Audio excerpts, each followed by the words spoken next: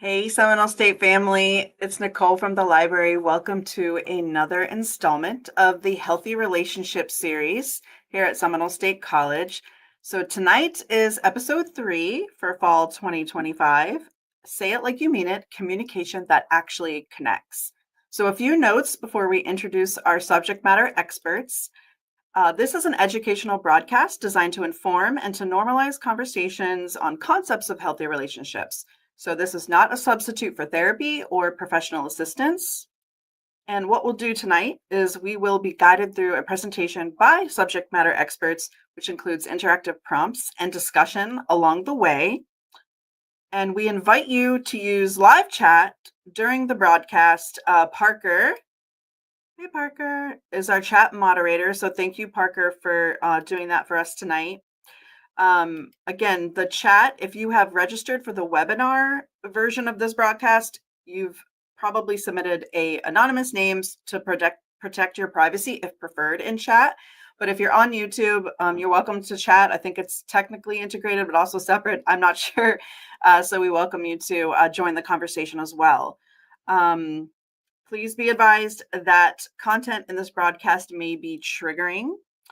And in addition to, and I'll introduce them shortly, but in addition to the Victim Service Center of Central Florida that has resources for mental health and support and other support, we do have free mental health resources here at Seminole State College for registered students.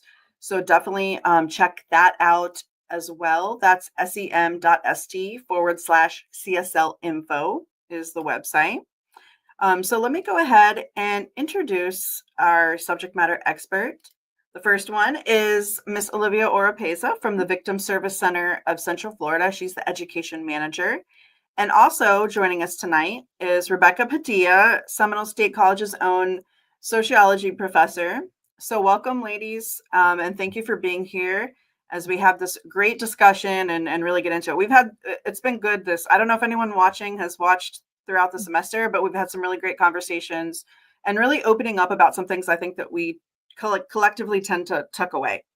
Now, Definitely. Olivia, I did mention the trigger warning, but can you expound a little bit on, like, we say, okay, we want to have a conversation, but we have a little bit of a limit on the sharing. Can you Yeah. explain?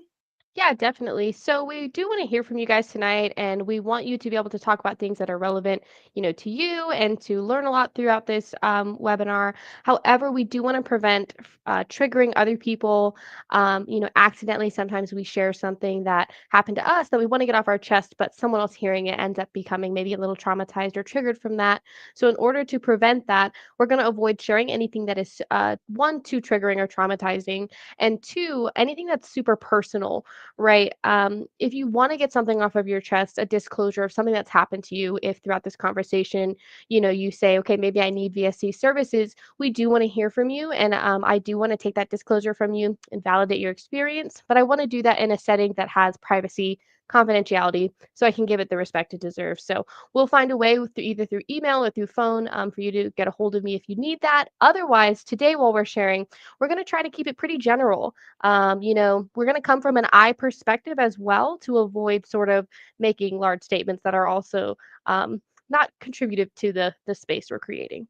So yeah, that's pretty much my explanation of ground rules. Okay. And I did put the ticker up with the Victim Service Center 24/7 helpline. Perfect. So that is always a good like first like choice. Like let's say if somebody wants to like have a private conversation.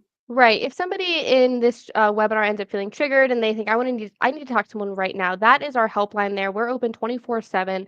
You can call that number even 3 a.m. on Christmas, and a trained advocate is going to answer on the other end of the line to help walk you through whatever you need, either to share your story or get connected to services. All right. So let's go ahead and add Awesome. this up to the stage. Cool. Yeah. We're calling this webinar asking for a friend as well, because sometimes it's hard talking about these things and we totally get it. So it's cool if you guys as well want to talk about, hypothetical situations or scenarios. They don't have to directly be something you've exactly experienced as well. Because again, we know talking about this stuff sometimes is difficult. So we want to say it like we mean it, though. We want to learn how to communicate with others in a way that is actually effective, that actually gets our point across, that helps us feel seen.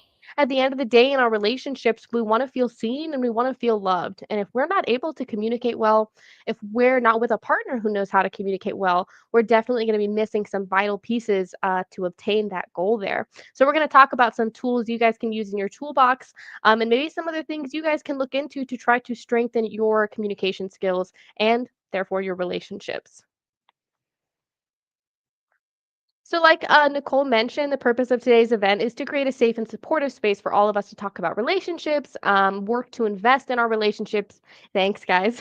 Even you guys just taking the time to be here tonight shows that you kind of care about learning. You want to have good, happy, healthy relationships, and you're willing to put in some work and effort. Communication is going to take a little bit of that work and effort. Our rules here, like I mentioned before, are to respect everyone. We come from an I perspective. We know that, we don't all come from the same place and have the same thoughts and same feelings. So we want to maintain respectful environment here. We're going to avoid graphic details about when we're sharing things personal. And again, one microphone. That just means we respect everyone's voices.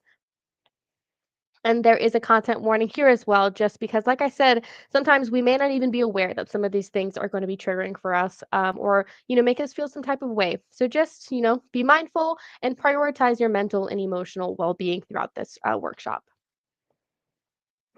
So the Victim Service Center, if you guys haven't came to one of our prior webinars, or you haven't heard of us before, we are the Certified Rape Crisis Center for Central Florida, for Orange, Osceola, and Seminole counties, but we will serve anybody in the state of Florida.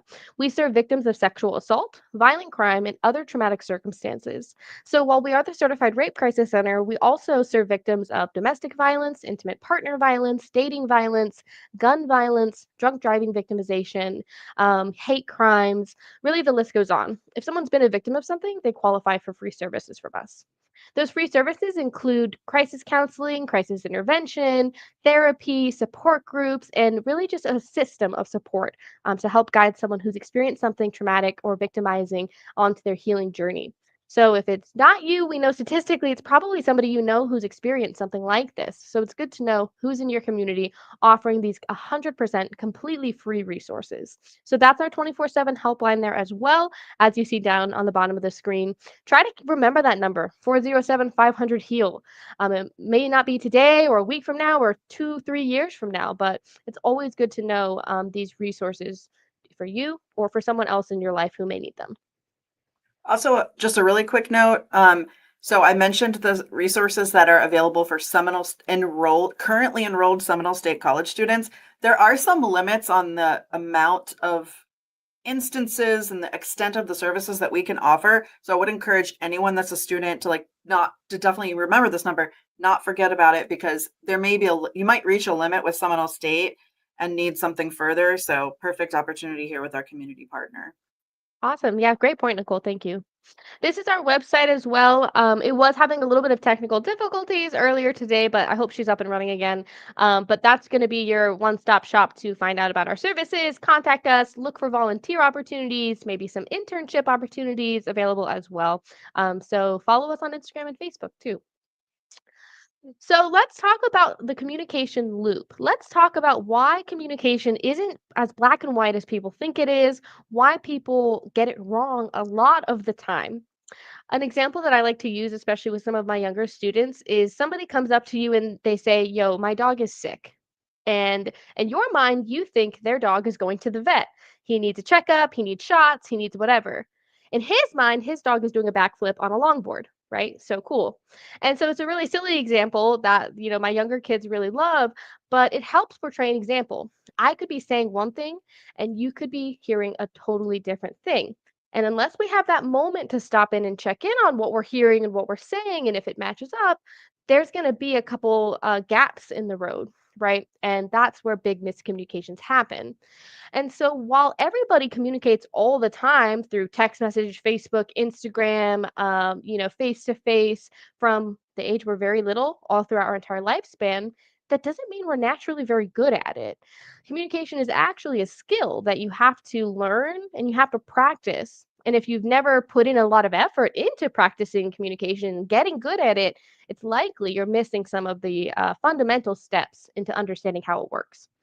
So I want you guys to take a look at this model here, the communication loop. It's super simple, but it helps highlight, like I said, some of those areas where communication gets lost, gets misunderstood. We see two people having a conversation. One person is the sender of information, one person is the receiver of information. And in between that message that is being sent and received, there's a couple of other things going on there as well. We have noise and barriers. So if you're having a serious conversation, maybe we don't do it at a crowded concert venue, right? Because there's so much noise going on. There's no way that person is going to be able to hear what you're saying literally. There's also noise and context. If someone has had a really bad day, they just lost their job and got broken up with, and you're trying to tell them, hey, you've got something in your teeth as a friendly gesture, they might take it as a critique because that's where they're coming from that day. So that's also kind of noise and background to be considerate of. There's also a moment of, processing, of understanding what is this person going through, noting, are they giving signals back to me in their facial expressions and their vocal tones and their body language that I can then pick up and understand. So when we're communicating with somebody, we have to understand it's not just a conversation face to face, but there's also other people around us, other sounds, the emotional context of what's going on, right? And our different perspectives, what we come from, what language we speak or understand, right? And so that's how we get into situations like this over here, which maybe some of you are in for Christmas if you haven't communicated about what you want very clearly with your partner, thinking, oh, they definitely know exactly what I want for Christmas, right? They're going to nail it. And then they end up completely boofing it, right?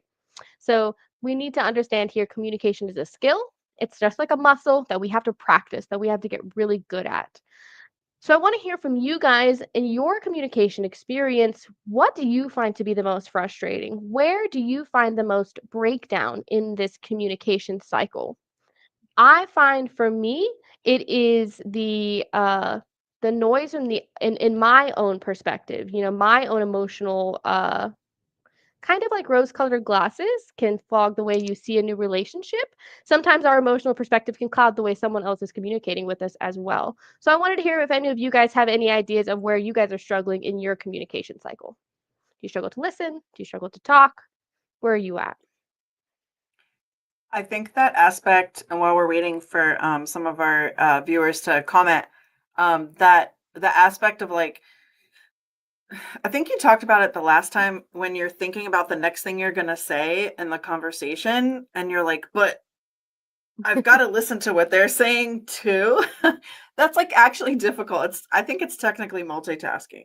So I have Definitely. difficulty with that. Yeah, holding space for someone else's conversation and what they're trying to say to you while also formulating your own response. I think I'm guilty of it. We're all guilty of it. But if we're planning our next thought, our next response, we're not actively listening. And I think for most people, they don't maybe they don't recognize it or don't see it, but at some point they do because we're going to be on different pages by the end of it. Coming across a different way than I intended, definitely. Struggling to understand people's perspectives, so can be so difficult sometimes, especially so much of, especially like what we're doing right now is virtual. So sometimes virtual communication creates barriers for people. Some people struggle Mm. with listening. 100%. And if I'm like on my phone, because I'm, checking off something or doing a work email and someone's in front of me having a conversation, zero chance I've heard anything they said. Zero chance it's processed. Some people have that skill, but I do not. And Olivia, this is like, so we're covering this because this is a very foundational process to a healthy relationship at large. Is that correct? Like we can't Right. really have the healthiest relationship unless we're like really paying attention to all these communication factors, right? Right, right. One of the biggest foundations of a healthy relationship that we talk about in our other trainings and courses is communication. You have to be able to communicate. You have to be able to complain. You have to be able to fight. Good couples and bad couples both fight. The good couples just know how to fight in a way that is effective and fair and get their wants and needs across without upsetting the other person. And so those are people who have looked at this model and who have practiced some of the other tools we're going to talk about, and they're aware of these other pieces going on in the background. And um, I'm going to use the acronym here, CZ. I totally understand it. Also, same. Being in the world's rough. What gets in the way of us listening when someone else is trying to communicate to us? I used a really good example there with, our phones. Our phones are a huge one. Any kind of screen in front of us is a huge distraction, especially when it's with our partner.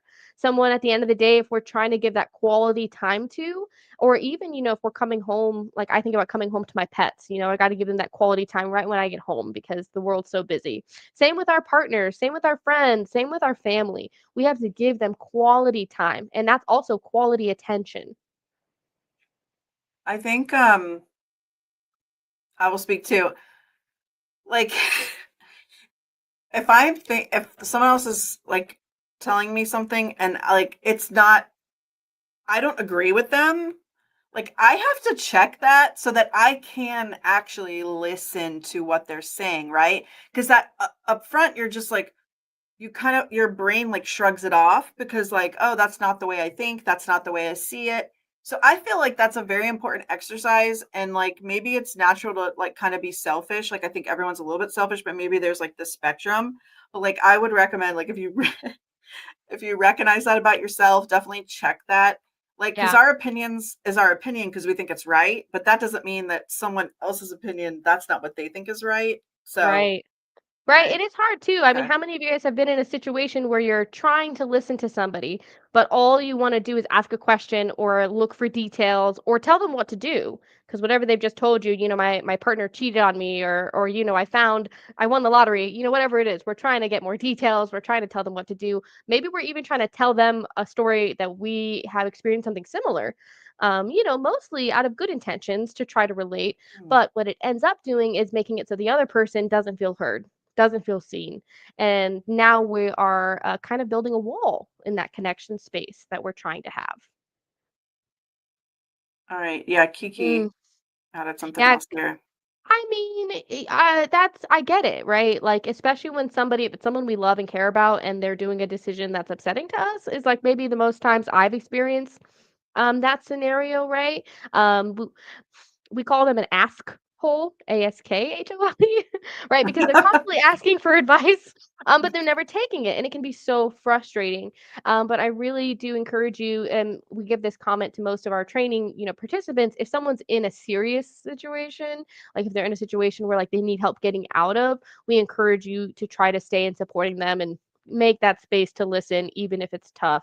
But in just like, every day, people complaining about this, that, and the other, sometimes you have to take space for yourself and say, I'm burnt out. I can't listen to any more complaining.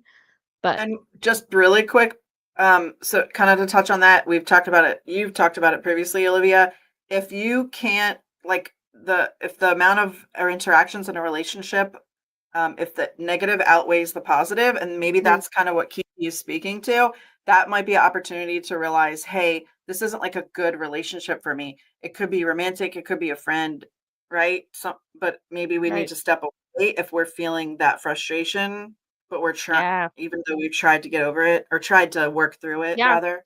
Yeah, and we're going to Okay. talk about that too as well. There's a ratio we have to maintain of positive interactions to negative interactions for our relationship to be healthy, for it to, pass the test of time, really.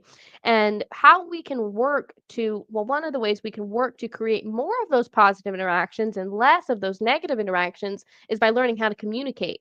Because maybe we want to ask our partner to mow the lawn, but we don't want them to think we're calling them lazy, right? So you have to know how to communicate that in a not artful way, but in a skillful way. And a lot of people, you guys are going to end up knowing your partners, right?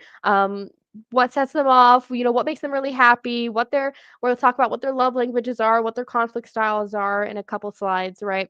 But knowing is half the battle, and knowing what to do in your shoes is super, super important, especially when we're coming to a conversation table where we need to complain.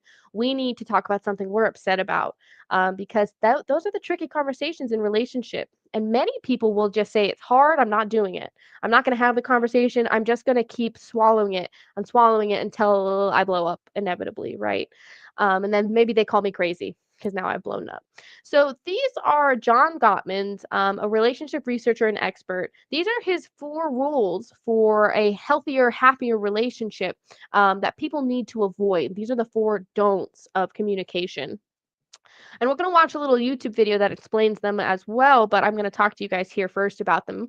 Don't criticize, right? And a lot of these might seem obvious when I go over them, but when you're actually in a conversation with somebody, and especially maybe an argument or a disagreement with somebody, they're actually extremely difficult to avoid. So, not criticizing someone means not really pointing at their character, not making big like generalizations about them because of a tiny thing that you're upset about, right? So, when I'm upset that the lawn's not mowed, I have to complain specifically about that behavior. I can't say things like, oh, you're just so lazy. You never mow the lawn. You never do what I ask. You're always, sleeping in, whatever it is. That is what a criticism looks like. That is what is going to eat away and build resentment at this person. So we do want to complain, but we don't want to criticize.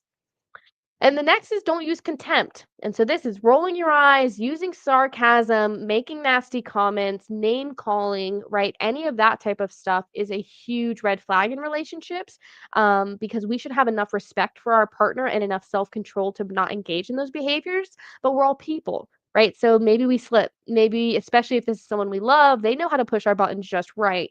Right. So maybe we do engage in some name calling or something like that.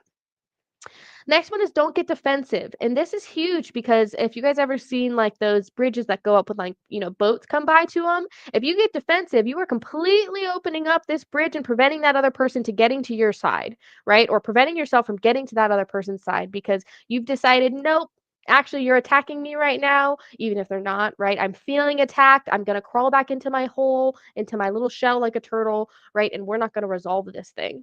And if you do that enough and enough and enough, it looks like stonewalling. And stonewalling is essentially giving someone the cold shoulder. You're saying, nope, I'm not going to talk about this. I'm going to go. I'm going to leave this conversation. So those are the four horsemen of a relationship apocalypse, which I think is a little dramatic, is the way that John Gottman words it. But we're going to watch a YouTube video on those if my link click works, so we can understand them a little more. But I want to ask you guys, which of these do you find the hardest to avoid? Criticizing, contempt, getting defensive, or stonewalling? And Olivia, did you definitely check the like share audio when you did the screen share thing? I Or last time is it this auto like a did it, file share? but it's more just that Oh, the okay. link isn't active, but I can just pull it up. Okay. All right. So okay. So we have some people talking about defensive, getting defensive. Mhm. I mean, that was hard. I get it's especially I have I at least I feel I experience something called rejection sensitivity, which means somebody could just be talking about something super small and I feel so attacked. I feel like they have just told me I am worthless and can go, can go jump off a hill. Of course, all they've actually said is like I don't like your shoes or something silly, right? But like it feels really awful. And so it takes that level of self-awareness to go, okay, I'm probably having a lot of a reaction right now, right? My next steps are X. And so that's what we're talking about. And so I see you guys have a large range of, really all of these, struggling to avoid. And I get it. I also struggle with stonewalling, just because when we get to that hurt place, it can feel really instinctive. If that's how we feel safest, is to just go and be by ourselves to process, then sometimes we can get stuck in that habit. But I'm going to go ahead and do my best here to share this screen with you. All right. Yeah, we'll see. Yeah, I think while you're doing that, Mhm. Olivia, I feel like my thought is like stonewalling feels like the not nice thing to do, but it's like not outwardly aggressive. It's not like in your face aggressive, right? But it's Right, technically passive aggressive. So it's right, not like outwardly mean, but really like it's a communication don't because it stops the process of communication. So it right, seems more benign or like less harmful, but really it's just arguably could be just as harmful as like being outwardly like mean about it.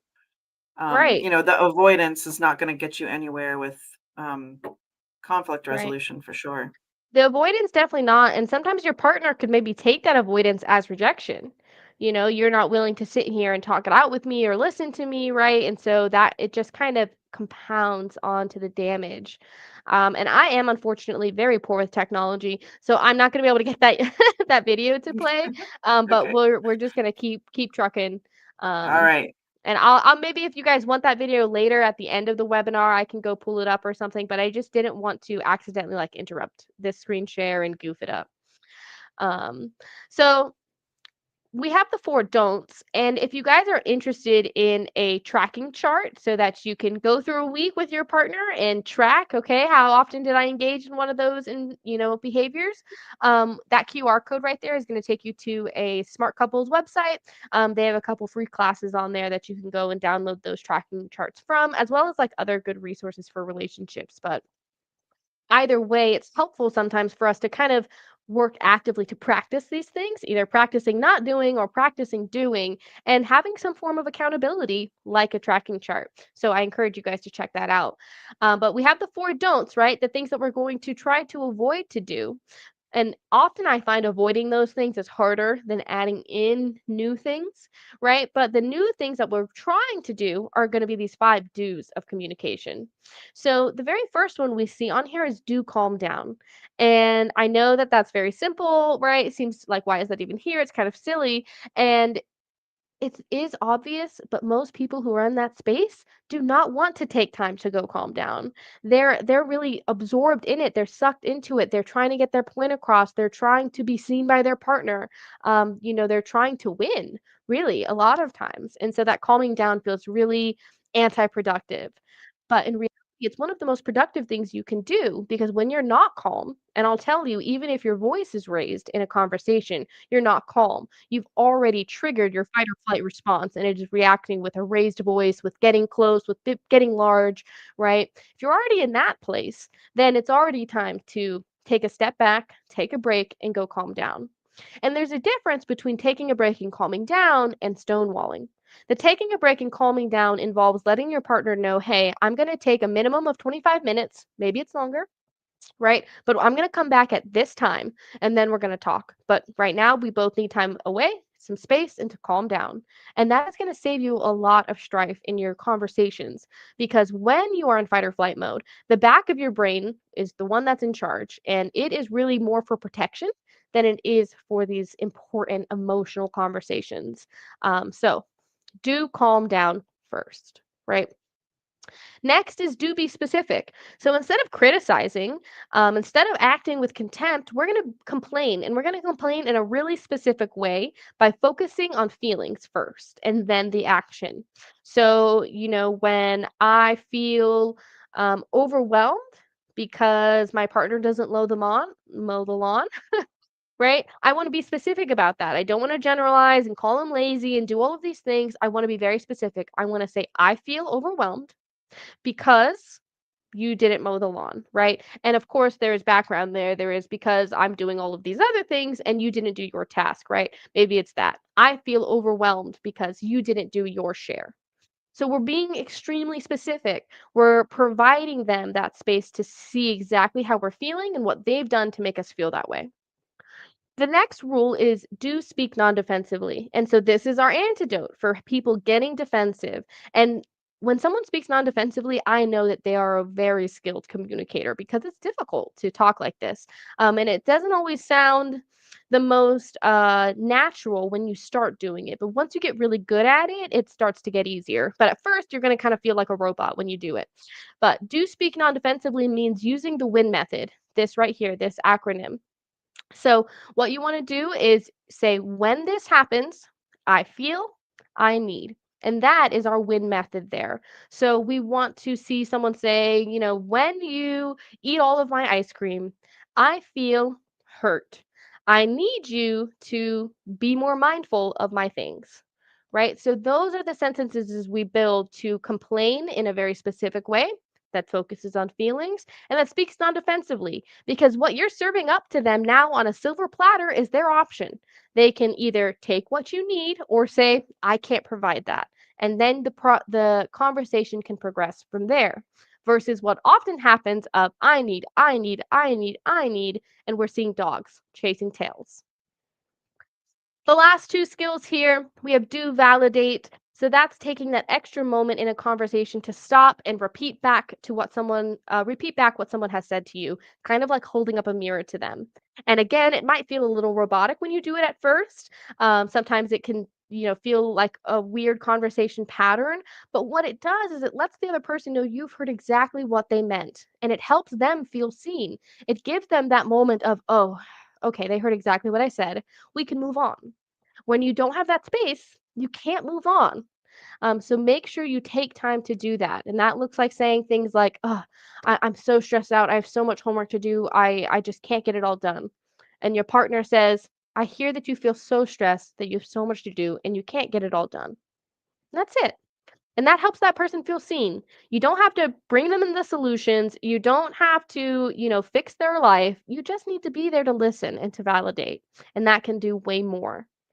And lastly, overlearn these skills because the time when you need these skills is not going to be when it's easy breezy, like happy living in a meadow. It's going to be when you're fighting. It's going to be when you're arguing. It's going to be when you're upset. It's going to be when tensions are high and emotions are rolling. So make sure you know how to do this even in stress. And that takes practice, that takes overlearning.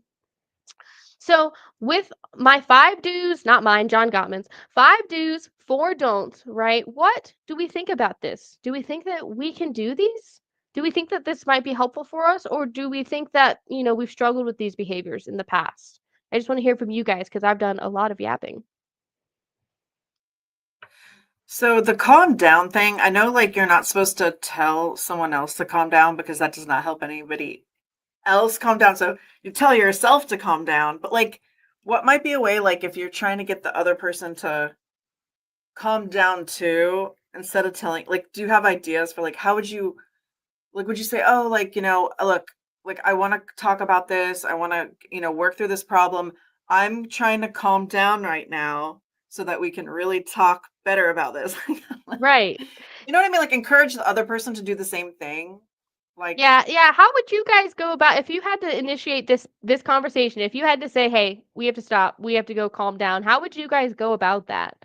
Because it's not as easy as, just being like, "Okay, bye," because then that's stonewalling. And like you said, Nicole, you definitely don't want to say, "Hey, you need to calm down.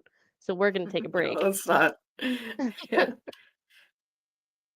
And then yeah, we got the validating. So you're like kind of responding, like making someone to feel good about like the good, like what you could say that's good. Right. Right, Okay. validating can sometimes be like, validating their work on something. "Hey, you did a really good job on this."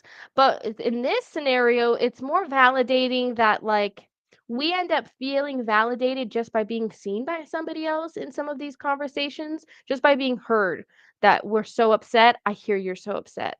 I'm really frustrated. I hear you're so frustrated." Just that little back and forth can make such a difference. And I know because 'cause I've used them in my own life, and I've said there and I've waited for the pause, and, like, they just look at you funny. Like, you didn't ask them a question. You didn't, beg for more details. You didn't tell them what to do. You just listened and mirrored back to them, and they feel relieved, I feel. If Okay, so we had C0 wiper, but anybody else wanna if pipe if up? no one has No? any Okay, questions let's about the talk about the 5 do's. yes. I Yeah, think so too people sorry, Olivia, but like yeah, just a quick idea for anybody out there that's listening. Like these are things like you, Olivia or Apeza, you did not make these up. These are like right, studied and common practices. So anyway, you could tell people, hey, like I've learned this from like a series at Seminole State College from the Victim Service Center. Like, and you can explain to your, friend, family member, partner, like this is like a process we can both do. Like you don't have to be an right. expert on it, and maybe you're introducing it to someone else. I feel like that's you could definitely be out there with it because it's not like just Definitely. one person said it. And this is like taught at Yeah, yeah. And John Gottman is pretty popular. I mean, I don't know. I work in social work and in relationship science, so I think he's popular. But John Gottman, if you look him up, you can find any of his stuff pretty easily. He does a lot of videos. He does a lot of really interesting content that you can go and like watch and look. But he's the one who developed those rules for, the 4 don'ts and really those solutions to the 4 don'ts, which got kind of adapted.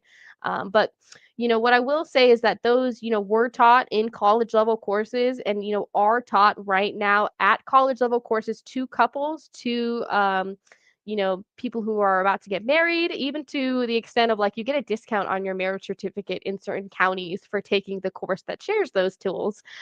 So they're definitely tried and true, evidence based. And that's why I said if you guys want to go, do any tracking charts or check out any free resources that utilize these, use this QR code. Go do that. Take a free class with your partner and do it together. Build those relationship skills together. Olivia, I And wanted to yes, highlight this was a go ahead. good idea from random username. Just make sure that we cover that. Yeah, yeah, for sure.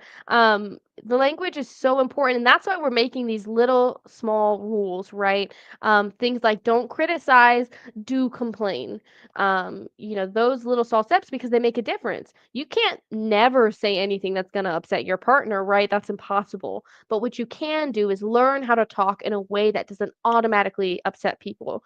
That understands how people perceive things and boxes language in a way that's, easier for people to digest and have, because communication is really where things start to break down in a relationship. When you can't communicate, I love you, when you can't communicate, I'm upset with you, then you're not being seen. Then you're not being heard. Then your partner can't see you or hear you either, right? So both people lose out on a situation where people aren't communicating right. And we know that because the John Gottman four don'ts, I think he could witness like with 91% accuracy or something like that, that if people engaged in those four don'ts, criticizing, stonewalling, contempt, defensiveness, he could predict when their relationships would fail, because of that engagement into those behaviors. So, yes, definitely evidence based, and very powerfully so. So I want to talk to you guys about two other things tonight. One being love languages and the other being conflict styles. Because when we know more about ourselves, when we know more about our partners and how we end up coming to this sort of conflict table, this relationship conversation table, we know more about how to approach the situation. Again, giving us more tools, giving us a better perspective or platform, to kind of be working from.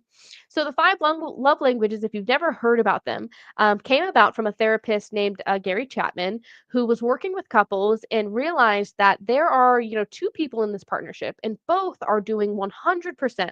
They're both working as hard as they can. They're both putting in all of the effort, and neither person is feeling loved. Neither person is feeling seen. So, what's happening here? Where is the breakdown? And the breakdown was within the ways that they were loving each other. One person was constantly doing acts of service for his wife, thinking, I've done everything, I've cleaned everything, I've mowed the lawn, I've fixed all the bills, I fixed all the house stuff. And then the woman is, saying, I've maybe done all of the words of affirmation. I've said I've loved you. I've said I'm here for you. I've said I trust you, right? But neither person is feeling loved. Neither person is, feeling like they have enough love in their emotional bank account to love back. Right. And so they found that it's because people love in different ways. People feel loved in different ways. So essentially, you could be loving your partner, putting in all of this energy and effort into one type of way of loving them, but it's really only putting out like at 25% because it's just not their love language. For an example, my love language is probably somewhere in maybe physical touch and quality time. I really love having quality time with my partner. I really love a hand on the shoulder, holding hands, whatever. And gifts are cool, but if you buy me a gift every time, you think of me or something like that, I'm just not going to feel as loved as the other acts. And so that QR code in the right top hand screen, you guys can go to the link and save it for later, is the John Gottman's quiz, to learn what your love language is. And you can give it to your partner as well. Have them figure it out. Do it together. Learn together what your love language, is, so you can learn how to help fill each other's love buckets. And if you don't know what I mean when I say love bucket, we all sort of have like a emotional bank account that we carry around with us, and our relationship has that bank account as well. And when we're doing things that make us feel smart, make us feel competent, make us feel loved, make us feel connected, we're putting money into that bank account. And when we interact with somebody who hurts our feelings, we're pulling money out of that bank account. When our partner betrays our trust, we're taking money out of that bank account. And that's why that ratio of healthy and unhealthy relationships exists, because if you're always pulling money out of that bank account, what do you have? No money. You cannot have anything in there to give to anybody else now because you've been completely dried up. Right. And so we have to be aware of that. We have to be aware of where our bank accounts are at. Are we putting love into them? Is our partner putting love into them? Or are we feeling really empty, really drained, like we just keep giving and giving and we're not really getting much deposited back? So I want to hear from you guys. Do you know your love language? Do you have one? Do you want to guess what yours is? And I'll throw mine in the chat. Like I said, I think Um, mine would be quality time. I was wondering, Rebecca, do you is this like something in the literature and like sociology, or is this like incorporated into like curriculums in classes that you teach, or like the love languages? I mean, is there a lot of like scholarship behind it? I mean, I'm trusting that Olivia wouldn't put this, but okay. I mean, Oh, quality time. I will say it's like a I would move it farther from John Gottman's research in being scientifically found than the five love languages, but it's anecdotally and like qualitative research, I would say. But Rebecca, Okay. I'd love to hear like what you know about it since you do come from a sociological perspective. Yeah. I actually haven't heard of this particular work, so I can't really comment on it. But it kind of reminds me of other people's work, like Yeah, people that look at relationships and relationship styles. So everyone's kind of got their own opinion on how that works out. yeah, But I've been listening, very intently to the conversation, and I really love what's happening here. The idea that we're telling students that are in this webinar that communication is a skill, yeah, and as a sociologist, I would add to that that communication is also shaped by our culture and society. So, what are the Yeah. things that people think are shaping our communication styles today, which I think would also, affect our love languages as well? And certainly one thing we could talk about are things like technology and phones and social media. It seems like definitely. a lot of young people don't have communication skills anymore in relationships. And it's important that we learn this skill because most therapists argue, the number one thing that causes relationships to end are communication problems. So these Right. are skills that we can learn as Olivia has been going through all this webinar with you. But it is a skill that you have to take very, very seriously, or you're going to have problems in your relationships. So one thing we see today, and maybe some of the people in the comments that you can talk about this, a lot of people today actually find themselves in what we call situationships.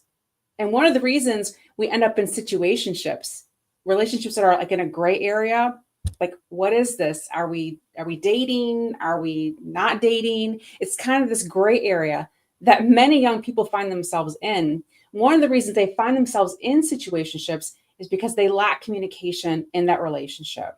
So, what is causing that in society? Some of our scripts that we've had for centuries in our relationship lives have actually kind of fallen by the wayside. And that is that face to face communication with one another. We can talk very well through a cell phone and a DM, right? But when it comes to sitting down face to face, we have problems doing that. So it's a really great skill that we can all learn, and I'm very thankful that we're having this conversation here at the college. I'm sorry that went on way too long. I apologize. No, No, you it didn't. I think you made a really great point there too about young people today are struggling to communicate in relationships. And I see it in my trainings all the time, whether it's because they're really great at communicating with emojis and over text messages and not face to face and they struggle with that face to face, or whether it's, the relationship like you said is in a situationship and it either needs to end or go and neither person can really bring their words to the table. And we see a lot of issues with people needing to reject folks, needing to say, I don't like you. I don't want your, messages or whatever. And of course, not doing that and brings about a lot of issues and communication problems for sure. Right. Just quickly to add to that. So there's a professor at Boston College. Her name's Professor Cronin, and she's very famous because she does what she calls a dating assignment. Dating, like as in, hey class, what you're going to do this semester is you're going to ask someone out on a date, and she's got all these parameters, right? And one of the parameters is you have to ask this person out face to face. And students have a very hard time doing that. Yeah. Like, think about yourself. Could you walk up to someone in your class and say, hey, you want to go out with me and have a cup of coffee? Like, these are scripts that we've known for centuries. And now all of a sudden our culture and society have shaped and shifted. We have a problem doing those things now. So Right. And communication is very, very key, and kind of maybe going back to the basics of things that we've known for a long time, but society and cultures have changed. We just need to kind of remember these scripts and bring them back. maybe, okay, the relationship nowadays can start online with electronic communication, right? But Mhm. eventually, like if you're in even like remote situationship, you have to like talk in person. So I think maybe that's like the juxtaposition of you can start the whole thing online, but then you at some point you're going to have to be able to talk face to face. So Yeah. that should be a skill you learn sooner rather than later. Yeah. Okay, and you have I a few more. will say I think most most of my friend group, I think because I'm a little older, has at some point, asked someone out on a date face to face. But I think it is true when I'm talking to most of my trainings and my classes now that like that's just not how they meet people. Most of them would a lot of them would feel really uncomfortable. Of course, a lot of people are just naturally very outgoing, have a lot of, life force and energy, but it's very interesting to see and to think about the way technology has changed what our dating patterns will look like Mhm. and how our communication will be effective.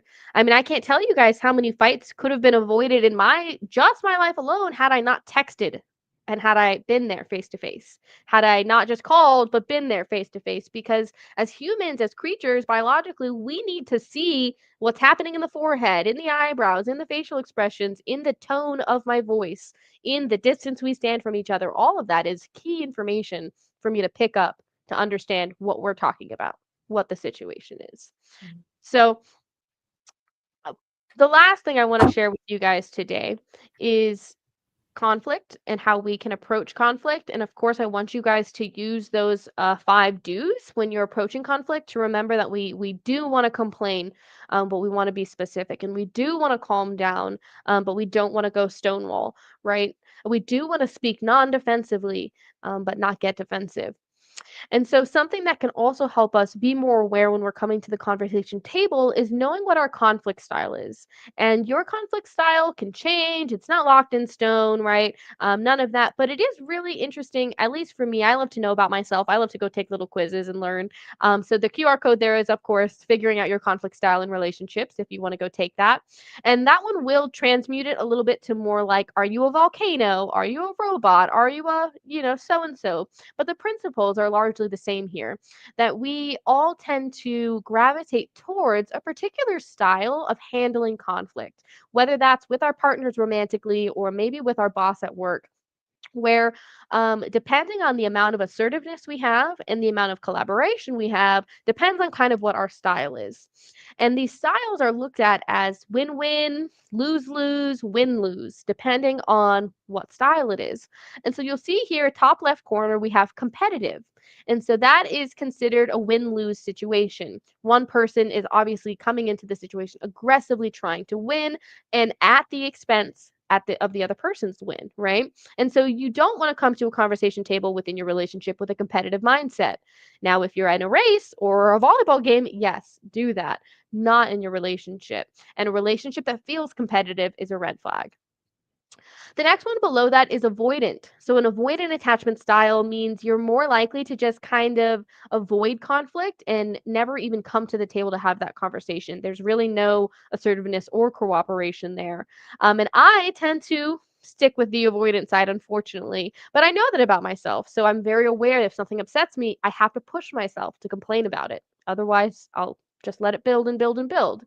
And so the avoiders tend to avoid conflict, right? And what happens then? Yes, we have less fights, which is great. Yes, the relationship seems more peaceful, but at the end of the day, there are problems that aren't going to get resolved. And that is going to cause way bigger issues down the line. So we can't avoid conflict forever. Next is accommodating. So we're moving over to the right. This is where you'll just accommodate somebody else's needs. And this can happen in a large variety of situations, but In a romantic situation, maybe your partner always chooses where y'all go to eat, chooses what you do with your time. Maybe they always choose, what your relationship looks like, whether or not it is a situationship or whether it is exclusive, right? And so if someone has an accommodating style, they're more likely to just say, well, it's not what I want, but it's easier. So, and they give in to the other person. And of course, we also have compromising in the middle here, which you would think is considered a win win scenario, but it's actually considered a lose lose scenario in many areas because both sides have to give up what they actually want to make a third thing happen. But in relationships, you do have to compromise. You do have to give up a little bit of what you want here or there. But really, what we're looking for in a lot of situations is this green check mark collaborating. It takes more time, it takes more effort, and it takes really, really good communication. But it's when both people come to the table ready to negotiate a little bit and hold what they need a little bit. And when they're both willing to spend extra time and extra energy to have a conversation that works best for both parties. So, can you always collaborate? Can you always, have a perfect outcome to a conflict? No. But can you both work to always try to collaborate on a solution together as a team, right? Versus competing, versus running away from one another, right? Versus looking at it as a lose lose scenario. Yeah. And again, it's fun to go learn what our conflict style is, but none of that is locked in stone or, of course, definitive, right? It's just important to kind of know who you are as a person and how you look at relationships and what your likelihood is to do. So that way you're aware. I also did put down in here that conflict is natural, it's unavoidable, and it can be healthy if it's managed because you have to have conflict. We have to fight. We're not gonna have just a perfect time with everybody we see in relationships with. And so just remember, healthy couples, unhealthy couples both have problems. They just know how to fight fair if they're in a healthy couple. Olivia, could you expand on that and talk about why it's actually a red flag if couples don't have disagreements and they don't have any conflict, why that's a red flag? Yeah, definitely. Well, it's because the disagreements, it's not that they're not there. It's just that nobody's talking about it. Just either, maybe they're still in the honeymoon phase and, they don't want to mess it up yet, so they're avoiding conflict, or maybe they're always sort of in that avoidance stage where they just are afraid to use their voice or to complain, right? And so then their problems are never really brought to the surface, and that just gets kept inside here where we're going to just build more resentment towards our partner. And then that's going to seep out in little weird ways, like competing with them or like engaging in contempt or getting defensive with them. And Mhm. so we might think we're doing a really great job at keeping the relationship happy and healthy by avoiding all of this conflict, but we're really just lighting a fuse on a ticking time bomb for us to kind of implode. Okay, so is it everyone leans towards one of these four or five? Is this like a love languages type thing where like you're mostly one or the other? Yes, it's more like an inclination. Like Okay. and Rebecca, maybe you can talk on this. I don't know your familiarity with conflict styles Yeah, or I'm this not model. totally familiar, but I mean, of course, coming from a sociology perspective, I'm going to argue again, like these Yeah, conflict management styles would not just pop out of nowhere. People are going to learn this from somewhere. So either they're learning it from what they see in the media or what they learned in the home. So, we all had parents, and how did our parents manage conflict, right? So we right. learn, we're absorbing from our environment what we see. So these our conflict management styles don't pop out of nowhere. We learn them. We're learning creatures. Our social environment is impacting us all the time, which Yeah. which is wonderful because if you learn something, you can unlearn it too. So if you have a very negative conflict management style, you're in this presentation today, you know how to start thinking about how you can correct that, because these are all problems that can be corrected. That's the point of this particular webinar, to work on these Yeah. things. Yeah, no, great point. We definitely, even in my own reflection of why do I avoid conflict, I look back and I'm like, well, my parents were pretty, pretty non-conflicting people, they like to keep the peace. And so it kind of makes sense. And so it's a great point. We learn these behaviors and we can also unlearn them. But just like communication takes work, unlearning these behaviors takes conscious, active, reflective type of work. Absolutely. Um, and so And then I'm really, go ahead. I was gonna say, kind of springboarding off of Rebecca with the sociology with like our environment. I would argue that the overwhelming majority of movies, TV shows, song lyrics, any genre do not like support like the healthiest communication style, conflict resolution, or like behaviors Right. that like we would learn from like the victim service center or a psychologist or sociologist or anything. Like, let's be clear on that. Like, Yeah. that's not the anyway. So I know like everyone will just stop listening to music on the radio and or the radio, Spotify, Yeah. Or think about like and movies watching where you movies. see these conflict styles playing out, and they're almost sometimes played out in comedic ways. Oh, it's so funny! Look at that! Look at that! Mm. But they're showcasing horrible conflict management skills. Yeah. You know, and we Well, and laugh I at it, and it's funny, but you're still absorbing that and thinking about what's happening on the screen. Yeah. I mean, I really think that that is the one theme maybe in all of my trainings is that it's not what it seems. You Mhm. know, whether that is the realities of who experiences violence, whether that is the realities of what consent conversations typically look like, or whether, that is the reality of how people want to be interacting day to day TV, movies, radio, or Spotify, right? All of those kind of get it wrong, and they do it because it's entertaining. It makes really good clickbait in Law and Order SVU for them to make a big show of it with a lot of response and with someone really really upset, and it's just very dramatized. It's not what we normally see in the same And way that the gender roles sometimes we see in radio, TV shows, even sometimes here, with the competitive versus avoiding. I mean, you could make the case there for our culture, kind of deems based off what you look like, who you are, depends on what conflict style you should have. And so, of course, people are people, and we're not going to fit into little nice, neat boxes. And so that's sometimes why we see such a disconnect between media and life experience for sure. and Yeah. arguably like this education on these topics is not it's not like prevalent. It's not common. That's why we're Right. doing this series. Yeah. And having these conversations. So I think that's also why, like, because nobody knows how to talk about it or how to write lyrics that would actually promote. Anyway, okay. So No, you see yeah, what we're for saying. sure. I would honestly love to see it, but on most of the Mhm. time, I feel like when people try to make sometimes content like that, it just doesn't hit the right notes. Maybe like I feel like maybe Macklemore. I don't know. I'm gonna get roasted for that, but I've seen like some good stuff from him. But anyways, to wrap up for today, and really my wrap up here is to prompt you all here in the comments for questions. I'd love to hear from you guys. I'd love to answer any questions you guys have about healthy relationship communication, conflict styles, love languages, what we've been chatting about today. But just to wrap up, summarize real quick, communication is ultimately a skill that we have to learn and we have to practice. Just because we do it all the time does not mean that we are good at it. We have to be aware of all of these other things happening around us, emotional context, and a lot of this needs to be happening face to face. The quality that we get of interacting face to face just can't be beat. We want to work to avoid using contempt, criticism, defensiveness, and stonewalling in our relationships at whenever possible. Of course, sometimes we're people, we make mistakes, and we engage in these behaviors. But the goal is to try to not. And instead, we want to use our other skills. We want to validate. We want to listen. We want to speak non defensively. We want to overlearn these skills so that when times are tough and we're stressed, we still know how to keep our cool and have the conversation that we want to have. We don't want to be in the conversation chair and feel like it's spinning out of control. And lastly, know yourself, right? Know what your love languages are, what your conflict style is, and what you're looking for out of a relationship. And ultimately, the minimum bar should be someone that wants to communicate with you and that can communicate. And hopefully, you guys can, learn some of these skills together. All And so, yeah, right. Yeah. So open for questions.